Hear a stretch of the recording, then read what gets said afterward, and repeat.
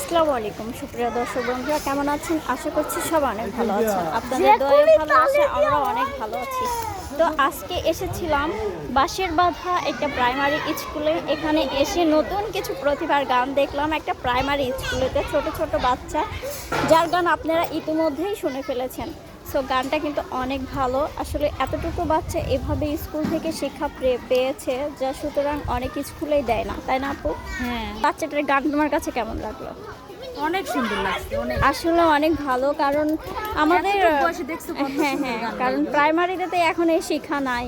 হ্যাঁ, দেখা যায় শিক্ষা যে নাই। এর হাই ভিতরে এত স্কুল সুন্দর। প্রাইমারিতে আর যদি একটু প্র্যাকটিস পাইতো। হ্যাঁ অনেক ভালো অনেক ভালো হয়েছে। এর আগেরটাও আরেকটা বাচ্চা গান বলছিল, হয়তো সেই সময় ভিডিও করতে পারি নাই, জাস্ট বাইরে ছিলাম। দেখেন ছোট ছোট বাচ্চা, আসলে এদের অনেক ভালো, যার কারণে এরা এত সুন্দর গান করে। আসলে আমি দেখছিলাম না যে স্কুলের বাচ্চা এত ভালো গান করে, না শিখে।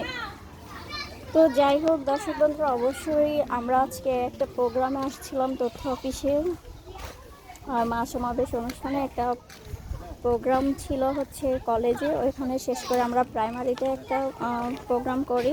তো এখানে এসে হচ্ছে নতুন প্রতিভার সন্ধান পেলাম।